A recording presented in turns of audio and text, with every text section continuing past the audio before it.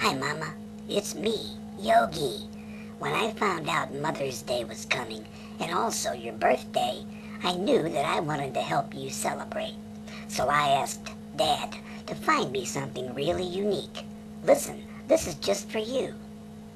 Gimme an M, then gimme an O, then gimme an MMY, then gimme a D, then gimme an A, then gimme a Y, I say.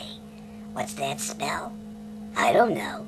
My job is being cute and loving you, not being a good speller. Something I do know.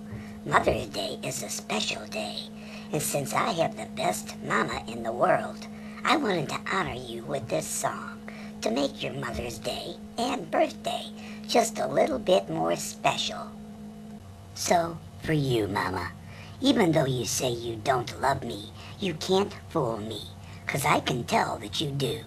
Every time you scratch my head and rub my belly.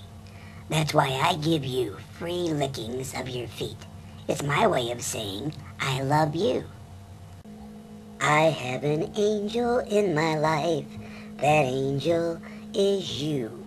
When I found out that Mother's Day was coming, well, I just knew I had to find a way to let you know my love for you is so true.